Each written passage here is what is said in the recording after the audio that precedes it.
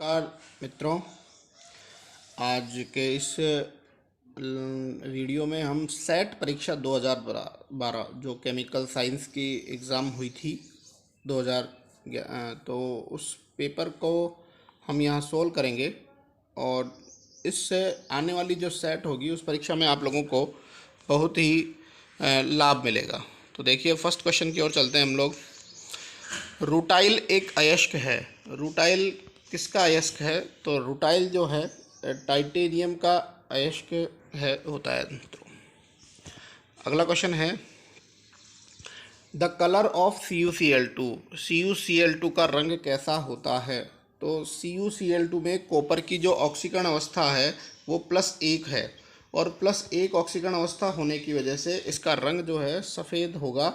यदि +2 होती तो इसका रंग थोड़ा नीला या पर्पल के करीब होता। NiCO4 आपको पता है कोबाल्ट जो है कार्बोनिल जो है स्ट्रॉन्ग फील्ड लिगेंड है और निकल की ऑक्सीकरण अवस्था 0 होने की वजह से यहाँ इसका जो हाइब्रिडाइजेशन होगा वो sp3 जो है वो हाइब्रिडाइजेशन इसका होगा। आप निकाल के देखिए 3D8 4s2 इसका संकरण होता है, निकल का इलेक्ट्रॉनिक विन्यास होता है। कोबाल्ट कार्बोनाइल लिगेंड होने के कारण ये जो एस के इलेक्ट्रॉन है वो भी डी में चल जाएंगे तो डी पूरा कंप्लीट बढ़ जाएगा। एम्प्टी ऑर्बिटल बचेंगे एस और 3p। तो इसका जो है वो ये हो जाएगा। अगले क्वेश्चन की ओर चलते हैं हम लोग। नेक्स्ट क्वेश्चन की ओर, रेडियो एक्टिवता का कारण है।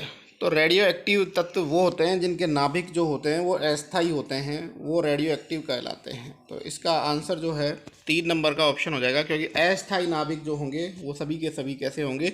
रेडियो एक्टिव होंगे। ये आपको पता होगा अच्छे से दोस्तों। अगले क्वेश्चन की ओर चलते हैं हम लोग।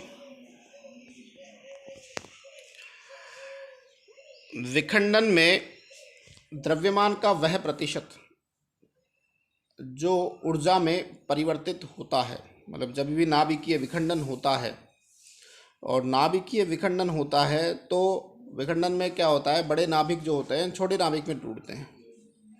तो उस स्थिति के अंदर कितना जो द्रव्यमान है वो ऊर्जा में, तो 0.1% भाग जो होता है वो हमारा किस में बदलता है? ऊर्जा के अंदर बदलता है। तो 3 नंबर का आंसर इसका बिल्कुल सही हो जाएगा। किसी रेडियो एक्टिव तत्व की नाभिक से बीटा कण उत्सर्जन करने से धनात्मक आवेश में वृद्धि होती है। तो देखिए, जब भी कोई बीटा कण निकलता है तो एक धनावेश जो होता है वो बढ़ जाता है, एक धनावेश बढ़ जाता है। तो इसका आंसर जो हो जाएगा वो 1 नंबर का ऑप्शन इसका हो जाएगा कि जब भी एक बीटा कण निकलेगा तो एक धनात्मक आवेश जो है उसमें से कम कर देंगे हम बीटा उत्सर्जन से। नाभिक रसायन से क्वेश्चन आया ये, तो ये ध्यान रखना, नाभिक रसायन से भी क्वेश्चंस जो हैं सेट के एग्जाम में पूछे गए हैं। अगला क्वेश्चन है, कौन वायु प्रदूषक नहीं है? देखो, सल्फर डाइऑक्साइड वायु प्रदूषक है, कार्बन मोनोऑक्साइड भी वायु प्रदूषक है और CO2 भी यदि मान लो ज़्यादा हो जाती है तो प्रदूषक हो जाती है, लेकिन हाइड्रोजन गैस जो होती है वो वायु प्रदूषक नहीं है। तो इसका आंसर 2 नंबर का ऑप्शन बिल्कुल सही हो जाएगा। अगला क्वेश्चन है, निम्नलिखित में से कौन सी गैस ग्रीन हाउस गैस? देखो, मीथेन गैस CH4 है, कार्बन डाइऑक्साइड ग्रीन हाउस है, लेकिन फॉस्जीन जो है वो ग्रीन हाउस गैस नहीं है। आपको पता है कि जो फॉस्जीन होती है वो क्लोरोफॉर्म को जब हवा में छोड़ देते हैं हम लोग, क्लोरोफॉर्म को जब हवा में छोड़ देते हैं तो उससे इसका फॉर्मेशन होता है। तो इसका आंसर जो हो जाएगा वो फॉस्जीन आंसर इसका होगा। अगले क्वेश्चन की ओर चलते हैं। सिलिकोसिस, अभी राजस्थान सरकार में SSOID पर सिलिकोसिस का ऐप भी बना हुआ है। तो खानों में जो काम करते हैं, खानों में जो व्यक्ति काम करते हैं उनको सिलिकोसिस रोग होता है। तो इसका आंसर जो होगा हमारा 4 नंबर का आंसर इसका सही हो जाएगा। अगले क्वेश्चन की ओर चलते हैं कि Mn2CO10 इज, मतलब जो इसका आपको इफेक्टिव एटॉमिक नंबर, मतलब प्रभावी परमाणु संख्या आप लोगों को बतानी है, इसकी कितनी होगी। तो देखो कैसे निकालेंगे इसका। आपको पता है मैग्नीज का जो एटॉमिक नंबर होता है 25, मतलब टोटल इलेक्ट्रॉन कितने हो गए मैग्नीज के? 25 और 25 50 हो गए। एक कार्बोनाइल के 2 इलेक्ट्रॉन जोड़ोगे तो कितने हो गए? 10। सॉरी 25 और 25 50 नहीं, एक कार्बोनाइल के कितने इलेक्ट्रॉन जोड़ोगे? 2, तो 10 के कितने हो गए? 20, ये 20 हो गए। और मैग्नीज मैग्नीज बॉन्ड के कितने जोड़ोगे? 2, तो कितने हो गए ये? 50 और 20 70 और 2 72। और 72 में आप 2 का भाग दे दोगे, क्योंकि एक एक का एटम का अपन इफेक्टिव एटॉमिक नंबर लगाते हैं, इसका आंसर जो हो जाएगा कितना? 72 में 2 का भाग देंगे तो 36 इसका आंसर हो जाएगा। अगला क्वेश्चन है, सिलिकेट खनिज की मूलभूत संरचनात्मक इकाई कौन सी होती है? तो सिलिकेट की मूलभूत संरचनात्मक इकाई जो होती है SiO4 होती है। तो इसमें जो आंसर हो जाएगा वो आपका ये हो जाएगा। अगले क्वेश्चन की ओर चलते हैं हम लोग। जीसेल साल्ट आपको पता है, जो एथिलीन C2H4 जो होगा हमारा एथिलीन, और trichloro potassium ethylene trichloro Palatinate, ये जो कॉम्प्लेक्स है इसे जीसेल साल्ट कहते हैं। तो 2 नंबर का आंसर जो है इसका बिल्कुल सही हो जाएगा। आपको पता है C2 ये जो एक तरीके से ऑर्गोमेटलिक कंपाउंड भी है। और क्यों है ऑर्गोमेटलिक कंपाउंड? क्योंकि प्लेटिनम जो है सीधा कार्बन से जुड़ा होने की वजह से इसको कहते हैं। जो जीसेल साल्ट है ये, इसको हिंदी में जीस साल्ट लिख रखा है, जो कि RPSC से गलती हुई है। अगले क्वेश्चन की ओर चलते हैं। बोरोजोल यानी बोरोजोन, इसका सूत्र क्या होता है? तो बोरोजीन आपको पता है कि जब हम डाइबोरेन और अमोनिया 1:2 में अभिक्रिया कराते हैं तो बोरोजीन बनती है, इसको बोरोजोल भी कहते हैं। दोनों ही नाम इसके बिल्कुल सही है। तो इसका आंसर जो है 3 नंबर का ऑप्शन बिल्कुल सही हो जाएगा। अगला क्वेश्चन है, TiH2O का होल 6 मतलब हेक्सा एक्वा टाइटेनियम थर्ड का रंग कैसा होता है? तो इसका रंग जो होता है वो बैंगनी कलर का होता है। अगला क्वेश्चन है, प्रकाश संश्लेषण क्या है? तो प्रकाश संश्लेषण में ऑक्सीडेशन भी होता है एज वेल एज रिडक्शन भी होता है। इस कारण से यह एक रेडॉक्स प्रोसेस है। कैसा प्रोसेस है बच्चों? ये रेडॉक्स। अगले क्वेश्चन की ओर चलते हैं हम लोग। हैबर विधि से अमोनिया का निर्माण कौन से उत्प्रेरक प्रयुक्त किया जाता है? तो आपको पता है इसमें आयरन तो कैटलिस्ट होता है और मोलिब्डेनम जो होता है इसका कोऑर्डिनेटर होता है, एक तरीके से मतलब इसकी कैटलिस्ट की ग्रोथ बढ़ाने वाला होता है। तो इसका आंसर जो हो जाएगा आपके 1 नंबर का आंसर इसका हो जाएगा।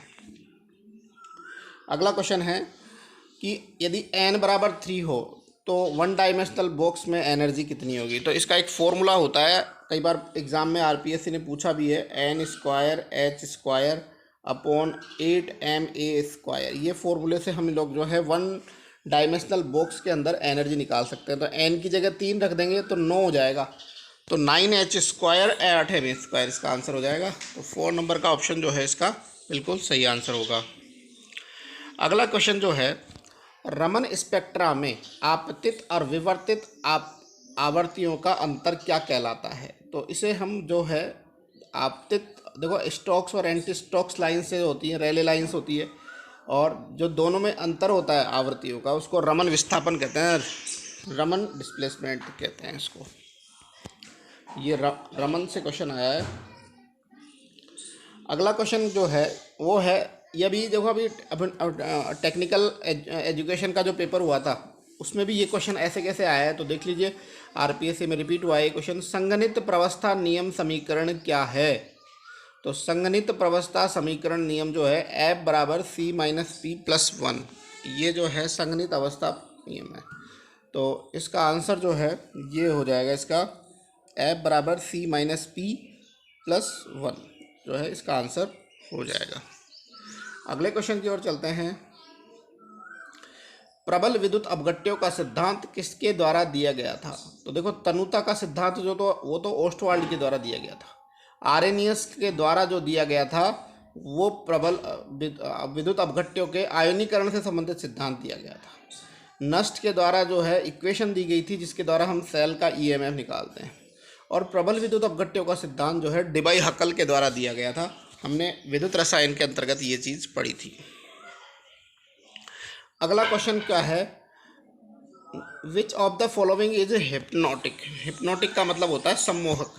तो आप लोगों को पता है कि जब हम एसीटोन की अभिक्रिया क्लोरोफॉर्म से कराते हैं तो हमारे पास में ये जो कंपाउंड आता है, ये कंपाउंड एक हिप्नोटिक है, और हिप्नोटिक मतलब सम्मोहक है, एक दूसरे को आकर्षित करने वाला कंपाउंड होता है। तो इसका आंसर जो है, तो आप इसको कैसे बना सकते हो आप इसको लैब में बनाने के लिए क्लोरोफॉर्म की अभिक्रिया एसीटोन से करा दो, तो आप लोगों के पास में क्या बनेगा, हाइड्रोजन तो जो क्लोरोफॉर्म का हाइड्रोजन है वो तो ऑक्सीजन पे चला जाएगा तो OH बन जाएगा, और CCl3 जो है कार्बन पे लग जाएगा। तो ये कंपाउंड जो है हिप्नोटिक है, ये हमने हेलो एल्केन वाले चैप्टर के अंदर पढ़ा है। अगले क्वेश्चन की ओर चलते हैं। CS2(6N4) is use. आपको पता हो जब फार्मेल्डिहाइड की अभिक्रिया अमोनिया से कराते हैं तो हमारे पास में यूरोट्रोपिन बनता है। इसका नाम जो है हेक्सामेथिलीन टेट्राअमीन भी बोलते हैं इसको, हेक्सामेथिलीन टेट्राअमीन, और इसका जो फेमस नेम है वो है यूरोट्रोपिन।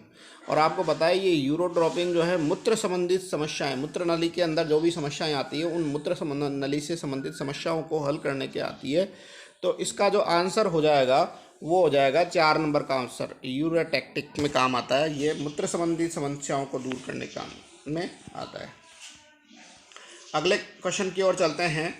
सल्फा ड्रग व्युत्पन्न है, तो आपको पता है सल्फा ड्रग्स जो है, जो अगला क्वेश्चन भी सल्फा ड्रग्स से आया था कि सेकेंड वर्ल्ड वार में भी इनको खोजा गया था, जब बहुत ज़्यादा लोग मर रहे थे तो सल्फा ड्रग्स देकर और सैनिकों का दर्द कम कर दिया गया था।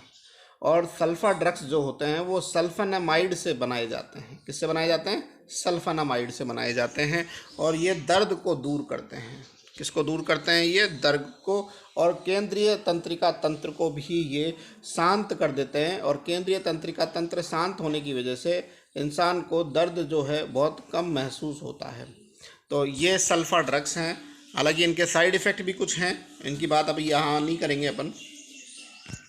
सेकेंड विश्व युद्ध के दौरान किस औषधि की खोज हुई थी? तो सल्फा ड्रग्स से, देखो यहाँ पे 2 क्वेश्चन आ गए सेट के अंदर, जो है सल्फा ड्रग्स से संबंधित 2 प्रश्न आ चुके हैं।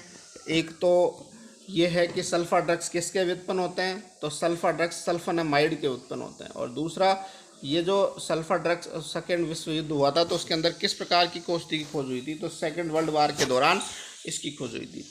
देखो भैया, अगला क्वेश्चन जो है क्वेश्चन नंबर 25, डी ग्लूकोज और डी मोनोज निम्न में से किसके लिए उपयुक्त कौन सा है? मतलब डी ग्लूकोज और डी मेनोज में क्या संबंध है? तो भैया देखो, डी ग्लूकोज और D2 जो मेनोज हैं ये आपस में C2 एपीमर है। आपको पता है पहला जो कार्बन होता है एल्डिहाइड वाला या फिर जो कीटोन वाला, उस कार्बन को तो हम एनोमरिक कार्बन कहते हैं, और उसके अलावा जो कार्बन होते हैं उनको हम एपीमरिक कार्बन कहते हैं। तो ग्लूकोज और मेनोज में अंतर है कि C2 कार्बन पे H और OH का विन्यास अलग होता है। यदि ये C4 होता तो हम इसको गैलेक्टोज कहते हैं। तो डी ग्लूकोज और डी मेनोज आपसे पूछा जाए तो आप आंसर दोगे कि मेनोज और ग्लूकोज में एपीमर है। और कौन से एपीमर है? ये C2 एपीमर है। कैसे एपीमर है? C2 epimer. यदि आपसे इसी क्वेश्चन को यदि मान लो इस प्रकार से पूछ लेता वो गैलेक्टोज देके कि गैलेक्टोज और ग्लूकोज में क्या रिलेशन है, तो C4 गैलेक्टोज जो है ग्लूकोज का C4 एपीमर है। ये चीज़ आपको समझ में आ गई होगी। अगले क्वेश्चन की ओर चलते हैं। निम्न में से कौन सा प्रकृति में नहीं पाया जाता? देखो, राइबोज पाया जाता है, एरिबिनोज पाया जाता है, हाइड्रोजन हटा दे तो एरिबिनोज हो जाएगा, जाइलोज भी पाया जाता है, लेकिन लाइजोज ये शर्करा कभी ना तो सुनी है और ना ही ये नेचुरल रूप से पाई जाती है। तो इसलिए लाइजोज इसका आंसर हो जाएगा, क्योंकि हमें पता है राइबोज, एरिबिनोज और जाइलोज ये जो है प्रकृति में पाई जाती है। अगले क्वेश्चन की ओर चलते हैं। फाइब्रोइन संबंधित है। फाइब्रोइन जो है आपको पता है कि जो हमारे हम जब प्रोटीन पढ़ते हैं तो प्रोटीन में हम प्राथमिक संरचना पढ़ते हैं, द्वितीयक संरचना पढ़ते हैं और तृतीयक और चतुर्थ 4 प्रकार की संरचनाएं पढ़ते हैं। जो प्राथमिक तो जो है अमीनो अम्ल की संरचना से संबंधित है, लेकिन दूसरी जो होती है वो 2 प्रकार की होती है। एक तो वलयाकार होती है और एक बीटा किलेटेड सीट होती है। तो फाइब्रोइन जो है इस बीटा किलेटेड सीट से संबंधित है। मतलब फाइब्रोइन जो है प्रोटीन की द्वितीय संरचना से संबंधित है, और उसमें भी कौन सी है? ये बीटा प्लेटलेट सीट जो होती है वो है जिसके अंदर क्रॉस बंध पाए जाते हैं एक दूसरे में आपस में। अगले क्वेश्चन की ओर चलते हैं हम लोग, क्वेश्चन नंबर 11। अगला क्वेश्चन जो है थोड़ा सा BSc से आया हुआ है।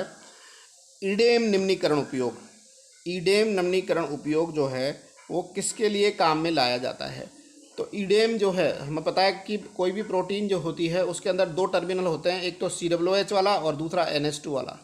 तो नाइट्रोजन के टर्मिनल के एन टर्मिनल के विश्लेषण के लिए ईडेम विधि का उपयोग किया जाता है। तो इसका आंसर जो है एन अंतस्थ विश्लेषण इसका आंसर हो जाएगा। अगला क्वेश्चन क्या अच्छा क्वेश्चन है। अगला क्वेश्चन जो है आपके सामने है कि अभिकारक के अणु कक्षकों के मध्य सही अंतःक्रिया जो उत्पाद के अणु कक्षक देवें, मतलब उत्पाद बनने के लिए जो है अंतःक्रिया कैसे होगी? ल्यूमो से होमो होगी, होमो से होमो होगी, या ल्यूमो से ल्यूमो होगी, या ल्यूमो से होमो होगी, या होमो से ल्यूमो होगी। तो हमेशा ध्यान रखना, जब उत्पाद मिलेंगे तो अंतःक्रिया अणु कक्षकों की जो अंतःक्रिया होगी वो होमो से ल्यूमो होगी हमेशा, ठीक है। तो हाँ बिल्कुल, होमो से ल्यूमो इसकी जो है, तो इसका आंसर जो है 2 नंबर का ऑप्शन हो जाएगा। अगला क्वेश्चन जो है, हालांकि इसको RPS से ने डिलीट कर दिया, लेकिन फिर भी इलेक्ट्रोलाइटिक अभिक्रिया का मतलब, इलेक्ट्रोलाइट का मतलब होता है आयंस और आयंस का मतलब होता है आइरिस। तो इस सब पहले शुरू के 3 ऑप्शन में इलेक्ट्रॉन इलेक्ट्रॉन है, लेकिन चौथे और में एक बिंदु से दूसरे बिंदु आवेश का विस्थापन। तो एक तरीके से आयन जब जाएंगे तो आवेश का विस्थापन होगा। तो इलेक्ट्रोलाइट का जो है आयंस का, मेरे हिसाब से इसका आंसर RPS से डिलीट माना है, लेकिन यदि मैं इसको आंसर दूंगा तो 4 नंबर का ऑप्शन इसको मैं आंसर दे दूंगा इसको। अगले क्वेश्चन की ओर चलते हैं। Which of the following is IR active? देखो IR जो हम पढ़ते हैं, इंफ्रारेड स्पेक्ट्रोस्कोपी पढ़ते हैं, उसके लिए बेसिक मॉलिक्यूल के अंदर परमानेंट डाइपोल मूवमेंट का होना आवश्यक है। जिस मॉलिक्यूल में परमानेंट डाइपोल मूवमेंट है वो IR एक्टिव है, और जिसके अंदर परमानेंट डाइपोल मूवमेंट नहीं है वो IR इनएक्टिव है। तो अमोनिया में डाइपोल मूवमेंट होता है, क्लोरोफॉर्म में डाइपोल मूवमेंट होता है, HCl में डाइपोल मूवमेंट होता है, लेकिन O2 जो है एक नॉन पोलर कंपाउंड है, उदासीन गैस है, इसलिए इसमें किसी भी प्रकार का कोई भी डाइपोल मूवमेंट नहीं पाया जाएगा, और नहीं पाए जाने की वजह से ये क्या है, ये है। नेक्स्ट क्वेश्चन की ओर चलते हैं। The value of lambda max N2 pi star for azo group, value of lambda max N2 pi star for azo group is, तो N2 पाई स्टार के लिए क्वेश्चन फेमस क्वेश्चन है, बहुत 2 या 3 बार मैं इसको पढ़ चुका हूँ। तो इसका आंसर जो है लैम्बडा मैक्स की वैल्यू N से पाई स्टार में एजो ग्रुप के लिए 347 नैनोमीटर होती है। अब याद कर लीजिए, क्योंकि ये चीज़ें थोड़ा सा याद करने के लिए ही होती है। अब निम्न में से कौन सा जो है NMR स्पेक्ट्रोस्कोपी संकेत नहीं देता है? तो देखो एक चीज़ मैं आपको बता दूं कि यदि परमाणु क्रमांक संख्या और परमाणु भार संख्या दोनों इवन है तो वो हमेशा जो है NMR इनएक्टिव होगा, और यदि दोनों में एक ओड है और एक इवन है तो वो हमेशा कैसा होगा, वो एक्टिव होगा। तो देखो कार्बन की बात करें तो इसमें इसका परमाणु भार तो ओड नंबर में है और परमाणु क्रमांक 6 तो वो इवन नंबर, तो ये एक्टिव है। इधर देखिए हाइड्रोजन 1H1 दोनों ही ओड है तो ये भी एक्टिव है। इधर देखिए फ्लोरीन की हम बात करें तो फ्लोरीन का परमाणु क्रमांक जो है 9 होता है और इसका परमाणु भार 19 होता है, तो दोनों ओड है। लेकिन यदि हम ऑक्सीजन की बात करें तो ऑक्सीजन में देखो परमाणु क्रमांक 8 है और परमाणु भार 16 है, तो दोनों ही इसके क्या हैं, इवन है। और मैंने तुम्हें बताया कि यदि मान लो परमाणु क्रमांक भी इवन होता है और परमाणु भार भी इवन होता है तो वो कंपाउंड जो होता है हमेशा कैसा होता है, वो कंपाउंड हमेशा NMR इनएक्टिव होता है। तो यहाँ पे 3 नंबर का ऑप्शन जो है इसका बिल्कुल सही चला जाएगा। अगले क्वेश्चन की ओर चलते हैं दोस्तों। संतृप्त थायोफीन अधिकतम क्रियाशीलता के दौरान कौन सी, थायोफीन में क्या होता है, 5 मेंबर्ड रिंग होती है जिसके अंदर सल्फर जो होता है वो एक विषम चक्रीय परमाणु होता है, और यह एक जो होता है एरोमेटिक यौगिक होने की वजह से प्रतिस्थापन अभिक्रिया तो देता ही है, लेकिन इसने पूछा है अधिकतम क्रियाशीलता मतलब जब संतृप्त होगी ये तो उस समय ऑक्सीकरण की क्रिया ज़्यादा देगी। तो इसका आंसर जो होगा वो आपका 4 नंबर का ऑप्शन हो जाएगा। अगले क्वेश्चन की ओर चलते हैं। ऑक्सीन का लैक्टम में परिवर्तन क्या कहलाता है? तो कोई भी ऑक्सीन जो होती है, आपको बता दूं मैं आपको ऑक्सीन कैसे बनती है। जब एल्डिहाइड कीटोन की अभिक्रिया हम हाइड्रोक्सिल अमीन से कराते हैं तो ऑक्सीन बनती है, और इस ऑक्सीन के अंदर रीअरेंजमेंट करा के लैक्टम क्या बनाते हैं, यदि चक्रीय एमाइड जो होते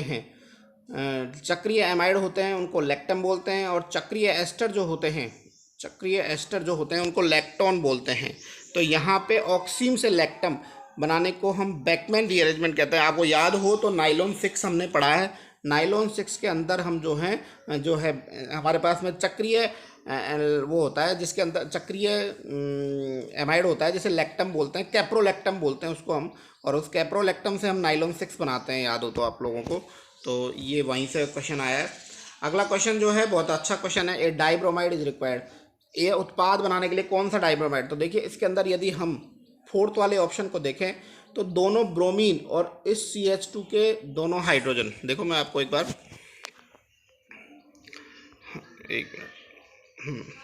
इस रिएक्शन के अंदर आप क्या करोगे कि ये दोनों यहाँ पे ये दोनों CH2 है और इस प्रोडक्ट के अंदर दो ब्रोमीन मॉलिक्यूल आपको दिखाई दे रहे होंगे लास्ट चौथे वाले प्रोडक्ट के अंदर।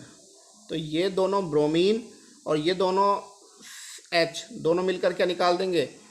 2HBr बना देंगे। अब जब ये 2HBr बन गया हमारे पास में, तो ये 4 कार्बन जो है किससे जुड़ जाएंगे? इस कार्बन से जुड़ जाएंगे, ठीक है। तो 5 मेंबर्ड रिंग हो गई। अब आप क्या कराओगे? इसका हाइड्रोलाइसिस करा दोगे तो कार्बोक्सिलिक एसिड होगा, फिर आप लोग डीकार्बोक्सिलिक करा दोगे तो आपको पेंटेनोइक एसिड मिल जाएगा। तो इस रिएक्शन के अंदर जो प्रोडक्ट आंसर होगा वो 4 नंबर का ऑप्शन आपका आंसर हो जाएगा। समझ गए होंगे आप बात को? एक बार मैं फिर से रिपीट कर देता हूँ। देखिए जो फोर्थ वाला जो आंसर है, इसके अंदर दोनों ब्रोमीन और इस कार्बन के दोनों हाइड्रोजन जो है मिलकर 2HBr निकल जाएंगे। अब हमारे पास में 5 मेंबर्ड रिंग बन जाएंगी। अब क्या करोगे? आप हाइड्रोलाइसिस करा दोगे तो जो दोनों COO, ये एस्टर के मॉलिक्यूल है, COOC2H5 जो हैं कार्बोक्सिलिक एसिड में कन्वर्ट हो जाएंगे। अब इसके अंदर डीकार्बोक्सिलेशन मतलब CO2 गैस निकल जाएगी और हमारे पास में पेंटेनोइक एसिड का फॉर्मेशन हो जाएगा। इसके बाद में हम अगले क्वेश्चन की ओर चलते हैं। जाइमेज एंजाइम जो है किस परिवर्तन के काम आता है? तो मैं आपको बता दूं, जाइमेज एंजाइम का उपयोग जो है ग्लूकोज को अल्कोहल में कन्वर्ट करने के काम में आता है। तो ग्लूकोज से अल्कोहल कैसे बनाएंगे? तो ये जाइमेज एंजाइम के डालने से जो है ग्लूकोज से अल्कोहल बन जाता है। अगले क्वेश्चन की ओर चलते हैं। जिंगलर नाटा कैटलिस्ट यानी जिंगलर नाटा उत्प्रेरक, आपको पता है ये बहुत ही बढ़िया कैटलिस्ट होता है जो कि हमारे लो डेंसिटी पॉलीथीन निर्माण के काम में भी आता है। तो आपको पता है ट्राई इथाइल एल्युमिनियम TiCl4 जो होता है वो जिंगलर नाटा उत्प्रेरक होता है हमारा। अगला क्वेश्चन है, नाइट्रोबेंजीन की SnCl2HCl अम्लीय, मतलब ये जो है SnCl2 + HCl जो होता है नाइट्रोबेंजीन का अम्लीय माध्यम में अपतन होता है। Fe + HCl भी ले सकते हैं इसकी जगह। तो आपको पता है 6H का रिडक्शन होता है और हमारे पास में जो है एनिलीन का निर्माण होता है। तो ये आप लोगों के पास में जो है क्वेश्चन नंबर 39 कंप्लीट हुआ। Organometallic compound used as a antiseptic, तो मर्क्यूरोक्रोम जो होता है वो आपके काम आता है किसके अंदर? कार्ब धातु की यौगिक है जो कि पूतिरोधी है, ऊतिरोधी लिख रखा है, वैसे पूतिरोधी है ये। हाँ, अगला क्वेश्चन देखिए, ये हर बार क्वेश्चन आता है, किसी मापित राशि के लिए प्रेक्षित मान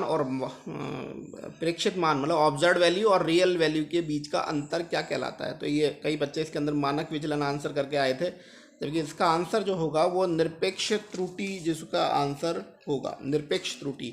मतलब रियल वैल्यू और ऑब्जर्व वैल्यू के जो डिफरेंस होता है, रियल वैल्यू और ऑब्जर्व वैल्यू होती है, उसके डिफरेंस को हम निरपेक्ष त्रुटि हम कहते हैं। अगला क्वेश्चन जो है वो है कि डिफ्यूजन कोफिशिएंट किसके इक्वल होता है? हालांकि RPSC ने इसको डिलीट किया है, लेकिन मैं इसका आंसर जो है देख पा रहा हूँ वो KT/6πn η होना चाहिए मेरे हिसाब से। फिर भी इसको RPSC ने डिलीट माना है, वो मैं बाद में रीजन बता दूंगा आपको मैं, लेकिन RPSC ने इसको डिलीट माना है। अगला क्वेश्चन है, FCC फलक केंद्रीय जालक के अंदर पड़ोसी की संख्या बताइए। FCC के अंदर कितना जो है संख्या होती है आपको पता है? FCC अपना सोडियम क्लोराइड जो होता है वो FCC होता है और उसकी जो समन्वय संख्या होती है, समन्वय संख्या मतलब एक परमाणु कितने परमाणु से घिरा होता है, तो वो 6 होती है। तो सोडियम क्लोराइड की 6 होती है, इसकी भी 6। निम्नलिखित में से कौन सा कथन सही है? देखो ये जो है थर्मोडायनेमिक्स यानी ऊष्मागतिकी के तीसरे अध्ययन, ब्रह्मांड की एंट्रोपी कम हो रही है, ये गलत है सेकंड, जबकि हमारा सेकंड लॉ क्या कहता है कि ब्रह्मांड की एंट्रोपी लगातार बढ़ रही है, तो ये ऑप्शन गलत है, तो ये ऑप्शन को आप गलत कर दीजिए। ब्रह्मांड की एंट्रोपी तो लगातार बढ़ रही है, ठीक है। दूसरा, एंट्रोपी एक पथ फलन है, गलत बात है, एंट्रोपी पाथ फंक्शन नहीं है, एंट्रोपी एक जो है स्टेट फंक्शन है, तो ये दूसरा ऑप्शन भी इनका गलत है। एंट्रोपी अनुपलब्ध ऊर्जा का माप है, बिल्कुल, it is the measurement of the unavailable energy, तो थर्ड ऑप्शन जो है बिल्कुल सही है इसका। अब हम बात करते हैं, गैस की एंट्रोपी ठोस की एंट्रोपी से कम होती है, ये तो पॉसिबल हो ही नहीं सकता, ठोस की एंट्रोपी सबसे कम होती है जबकि गैस की एंट्रोपी, तो ये थर्ड वाला ऑप्शन भी इसका गलत था। तो इसका सही आंसर क्या हो गया? इसका सही आंसर जो है आपका एंट्रोपी जो है अनअवेलेबल ऊर्जा का माप है, तो 3 नंबर का ऑप्शन जो है इसका बिल्कुल सही हो जाएगा। अगले क्वेश्चन की ओर चलते हैं। According to the law of equipartition of energy the associate with degree of freedom, Hindi में पढ़ लेते हैं एक बार इसको। समविभाजन ऊर्जा नियम के अनुसार, समविभाजन ऊर्जा के नियम के अनुसार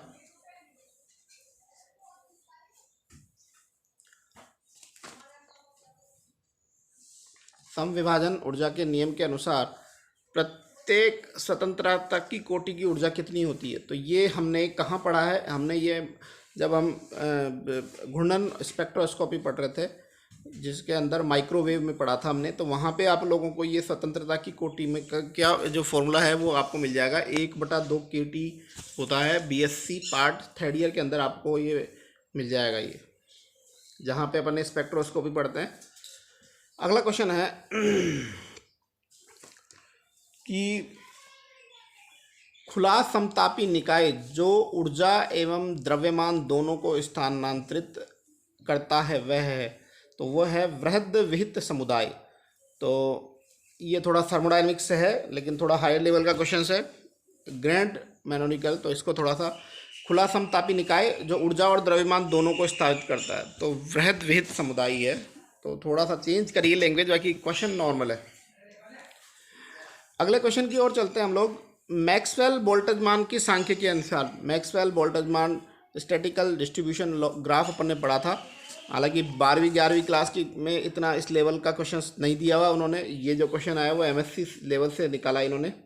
तो इसमें जो है मैक्सवेल बोल्ट्जमान डिस्ट्रीब्यूशन लॉ के अनुसार जो कणों की संख्या निकालने का एक फॉर्मूला दिया था उन्होंने, और वो कणों की संख्या कैसे निकाल सकते हैं? NI यानी कणों की संख्या, GI e⁻α बीटा EI, तो इसका आंसर जो हो जाएगा वो सेकंड नंबर का ऑप्शन हो जाएगा कि NI बराबर GI oblique e⁻α plus beta EI।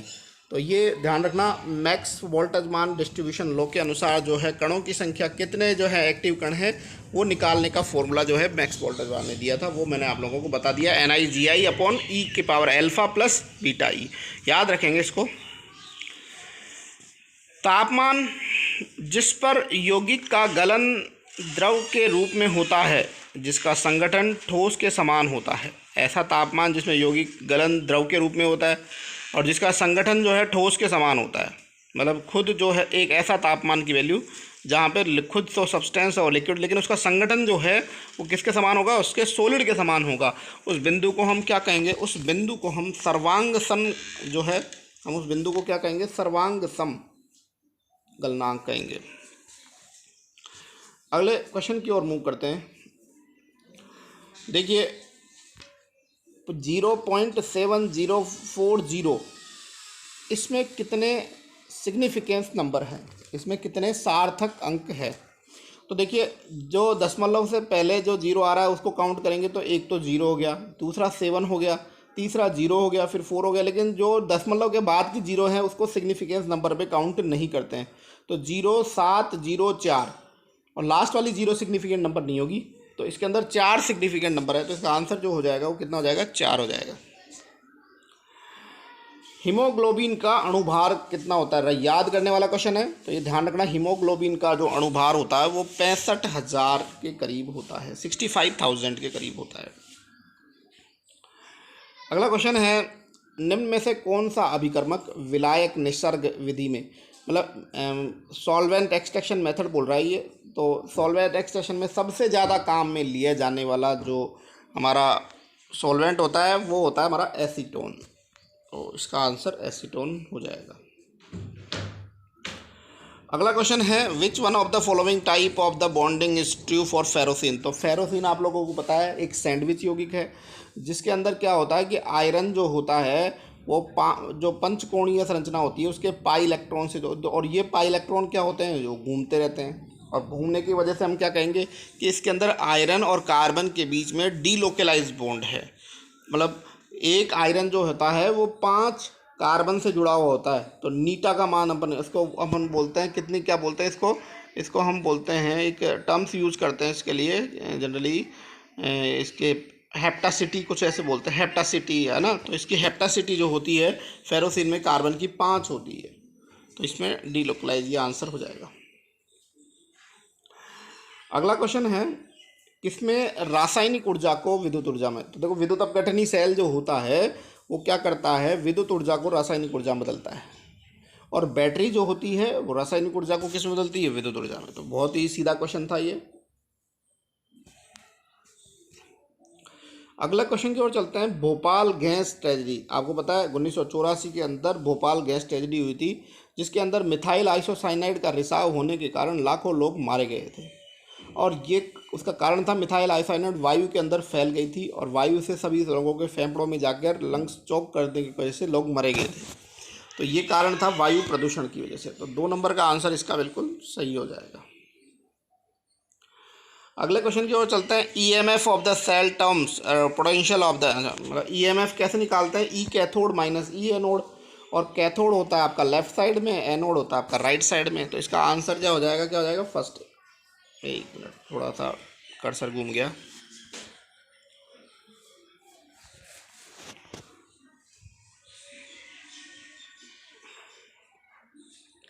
अब देखिए 3 धातुएं हैं ए बी सी, इनके मानक अपचयन विभव के मान दे रखे हैं 0.6 -3 और -1.3। तो आपको पता है जिनके मानक अपचयन विभव के मान अधिक ऋणात्मक होते हैं उनकी अपचायक क्षमता भी क्या होती है, बहुत अधिक होती है। तो सबसे ज़्यादा बी वाला हो जाएगा, फिर सी वाला हो जाएगा, और फिर ए। तो बी सी ए, तो 2 नंबर का आंसर इसका बिल्कुल सही हो जाएगा। अगले क्वेश्चन की ओर चलते हैं हम लोग। देखो ये क्वेश्चन थोड़ा कंफ्यूजिंग है, कई बच्चे इसमें बहुत खुश होकर आते हैं लेकिन गलती ही होती है। कैसे, इसके अंदर क्या क्वेश्चन है, ये गलती कराने वाला क्वेश्चन है। एक प्रथम कोटि की अभिक्रिया के लिए के का मान 2.31 × 10⁻⁻14 है। इस अभिक्रिया के लिए अर्धायु काल का मान क्या होगा मिनट में। देखो इसने आगे क्वेश्चन लिख दिया मिनट में, लेकिन बच्चे क्या करते हैं, इस मिनट को नहीं पढ़ते, बच्चे इस मिनट को नहीं पढ़ते हैं और बहुत खुश, क्योंकि के का मान सेकंड में दिया हुआ है। तो के का अपन को टी ऑफ निकालने का फॉर्मूला होता है 0.693/K। अब इसमें 60 का भाग और देना पड़ेगा।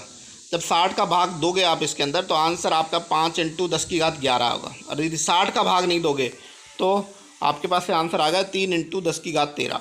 तो बताओ ज़्यादातर बच्चे क्या करके आएंगे इसके अंदर, 3 × 10⁻13 करके आएंगे, क्योंकि वो इस मिनट को नहीं पढ़ते। जबकि आंसर क्या होगा इसका 5 × 10⁻11। कैसे करोगे, इसके अंदर 0.693 के अंदर भाग दोगे आप 2.31 × 10⁻14/60। 60 का क्यों दोगे, क्योंकि सेकंड को मिनट में बदलने के लिए। तो इसका आंसर जो हो जाएगा आपके पास में ये। तो इस चीज़ को, जो गलती मैंने बताई है, इसको ध्यान रखना। एग्जामिनेशन हॉल में बैठोगे तो इस चीज़ को विशेष ध्यान रखोगे। तो अगला क्वेश्चन है, प्रथम कोटि की अभिक्रिया के लिए निम्न में से खींचा गया आलेख एक का है। तो प्रथम कोटि की अभिक्रिया के लिए लोग ए और समय के बीच में ग्राफ खींचते हैं। 0 ऑर्डर और द्वितीय ऑर्डर के अंदर लोग नहीं होता है, तो इसका आंसर लोग से ही इसका आंसर निकल के आ रहा है कि लोग जिसके अंदर होता है वो। तो नेक्स्ट क्वेश्चन की ओर चलते हैं। अगला क्वेश्चन जो है आपके पास में कि रमन स्पेक्ट्रम में घूर्णन ऊर्जा संक्रमण के लिए वर्ण नियम क्या है। बहुत अच्छा क्वेश्चन है। रमन स्पेक्ट्रम में रोटेशन के लिए जो सिलेक्शन रूल होता है वो ΔJ ±1 होता है। तो इसका आंसर जो है वो आपका ये वाला ऑप्शन हो जाएगा। अगला क्वेश्चन है, निम्नलिखित में से कौन घूर्णन स्पेक्ट्रम नहीं देगा। तो घूर्णन स्पेक्ट्रम मतलब माइक्रोवेव तो वही इसके लिए भी वही कंडीशन है कि घूर्णन स्पेक्ट्रम के लिए भी परमानेंट डाइपोल मूवमेंट का होना आवश्यकता है, यदि पोलरिटी आवश्यक। तो देखो NO पोलर है, HF पोलर है, CO पोलर है, लेकिन N2 जो है नॉन पोलर होने की वजह से इसमें परमानेंट डाइपोल मूवमेंट होता नहीं है। तो इसका आंसर जो है ये आ जाएगा। नाइलॉन 3 अभी पढ़ा था। नाइलॉन जो होता है वो एक पॉलीएमाइड होता है, क्योंकि इसके अंदर CO और NH बॉन्ड पाया जाता है। तो नाइलॉन एक जो है पॉलीएमाइड जो होता है। क्वेश्चन नेक्स्ट चलते हैं। मोस्ट रिएक्टिव हैलाइड कौन सा है? देखो पहला इथाइल क्लोराइड है, दूसरा जो है आपका वाइनलिक क्लोराइड है, तीसरा आपका क्लोरोबेंजीन है, चौथा आपका बेंजाइलिक क्लोराइड है। तो बेंजाइलिक जो होते हैं वो ज़्यादा स्थिर, क्योंकि इस क्लोरीन के हटने के बाद में बेंजाइलिक कार्बोकेटाइन बनता है और बेंजाइलिक कार्बोकेटाइन स्टेबल होता है। इस वजह से बेंजाइलिक कार्बोकेटाइन जो होता है सबसे ज़्यादा रिएक्टिव है। अगले क्वेश्चन की ओर चलते हैं। CIP रूल लगाना है इसके अंदर, कहान इनलॉग प्रिलॉग और इनकी वरीयता निर्धारित करती है। तो कहान इनलॉग प्रिलॉग में हमने सबसे पहले पहला एटम का परमाणु भार देखते हैं। तो सबसे पहले पहला परमाणु OH होता है, फिर उसके बाद में देखो इस CN पे भी कार्बन है, COOH पे भी कार्बन है, इसमें तीनों कार्बन है। तो अब अगले एटम को देखते हैं। तो कार्बन के बाद में ऑक्सीजन आ रहा है, तो फिर COOH हो जाएगा, फिर CN हो जाएगा, फिर CH3। तो OH COOH CN, मतलब थर्ड नंबर का आंसर इसका बिल्कुल सही हो जाएगा। तो 3 नंबर का ऑप्शन इसका बिल्कुल हो जाएगा। अगले क्वेश्चन की ओर चलते हैं हम लोग। नाइट्रेशन ऑफ क्विनोलिन, यदि क्विनोलिन का नाइट्रेशन हम कराते हैं तो हमारे पास में क्या बनता है? तो इसके अंदर देखिए नाइट्रेशन ऑफ क्विनोलिन का नाइट्रेशन कराने पर हमारे पास में ये 4th नंबर का जो प्रोडक्ट है हमारे पास में बनता है, ये विषम चक्रीय यौगिक BSc फाइनल ये फर्स्ट से क्वेश्चन आया है। अगले क्वेश्चन की ओर चलते हैं कि यदि हम ये आपके सामने एंथ्रासीन दिया गया है, एंथ्रासीन की क्रिया फार्मेल्डिहाइड और HCl से कराते हैं तो हमारे पास में क्या प्रोडक्ट बनता है? तो फार्मेल्डिहाइड और HCl से क्रिया कराने पर हमारे पास में जो 3rd नंबर का ऑप्शन दिख रहा है आप लोगों को, ये वाला प्रोडक्ट बनेगा। इसके बारे में अपन ज़्यादा डिस्कस नहीं करेंगे क्योंकि वीडियो लंबा खिंच जाएगा। अगला क्वेश्चन है, किस अभिकर्मक के द्वारा जो है डाईमिथाइल मेलानोइड का फॉर्मेशन होता है? कौन सा अभिकर्मक है जिसके द्वारा डाईमिथाइल मेलानोइड का निर्माण होता है? तो वो ये डाईमिथाइल मेलानोइड का इनोलेट से निर्माण जो होने के लिए हमें सोडियम एथोक्साइड और एथेनॉल का मिश्रण लेना पड़ता है। तो इसका आंसर जो है 2 नंबर का ऑप्शन इसका आंसर हो जाएगा। अगला क्वेश्चन है कोप और क्लेजन रीअरेंजमेंट। आपको पता है कोप और क्लोब मैनेजमेंट एक तरीके से पेरिसाइक्लिक रिएक्शन के एग्जांपल। और पेरिसाइक्लिक रिएक्शन 3 प्रकार की पढ़ते हैं हम जनरली, इलेक्ट्रोसाइक्लिक, साइक्लो एडिशन और सिग्माट्रोपिक। तो ये जो हैं सिग्माट्रोपिक रिएक्शन के एग्जांपल हैं। तो कोप और Claisen both are the examples of the sigmatropic reaction. अगला क्वेश्चन है सक्रियण अवस्था बनने में सहायक होते हैं।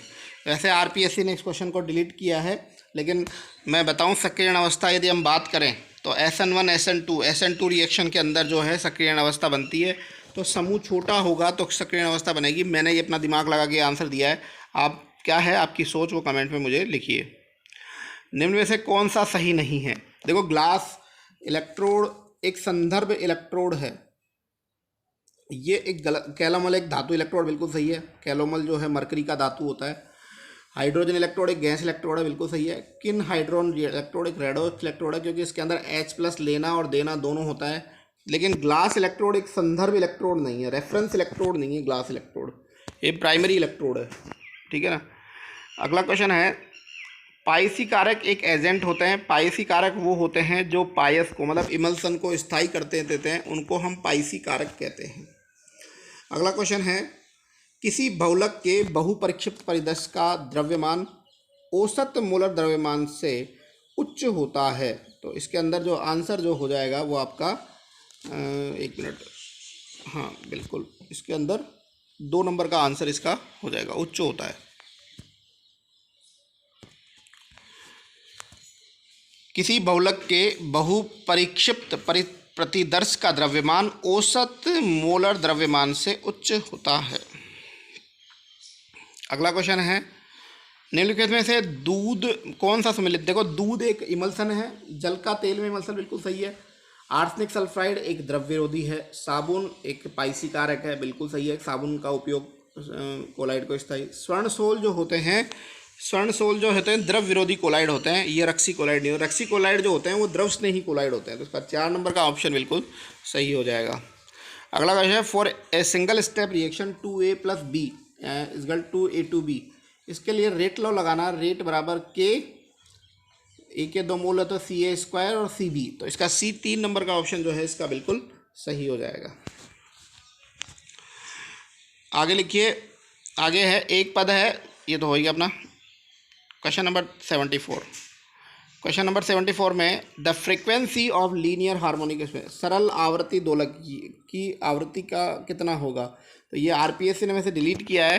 वैसे मैं आपको इसका आंसर बता देता हूँ, दो नंबर का आंसर दिख रहा है 1/2πCk/m, मेरे हिसाब से इसका आंसर ये होना चाहिए। ये अपने माइक्रोवेव स्पेक्ट्रोस्कोपी से लिया गया है, तो इसमें कुछ गलती होने की वजह से आरपीएससी ने इसको डिलीट कर दिया। ये आप लोगों के V+1/2hμ/kT एक्सप्रेशन किसको शो करता है, बिल्कुल इजी क्वेश्चन पूछता है, तो ये V+1/2hμ/kT जो होता है वो वाइब्रेशनल स्पेक्ट्रोस्कोपी, यानी कि हिंदी में हम इसको बोलते हैं कंपन विभाजन फलन, जो है ये आंसर हो जाएगा। तो इस प्रकार से हमने आज सेट का एक पेपर सोल्व किया है, 75 क्वेश्चन। आप लोगों को ये वीडियो अच्छा लगा तो मेरा आपसे निवेदन है कि इस वीडियो को लाइक करें, शेयर करें और अधिक से अधिक इस चैनल से जुड़ने की कोशिश करें, क्योंकि हम आप लोगों को सेट की कंप्लीट तैयारी करवा के इस चैनल के माध्यम से आपको देंगे। बहुत बहुत धन्यवाद दोस्तों, जय हिंद जय ना। मेरा नाम कृष्ण कुमार शर्मा है। स्कूल व्याख्याता भर्ती परीक्षा 2018 में मैंने 28वीं रैंक हासिल की है, और दूसरी बात, मैं इस समय राजकीय उच्च माध्यमिक विद्यालय वाड़ा भाड़वी जालोर भीनमाल में पोस्टेड हूँ। धन्यवाद दोस्तों।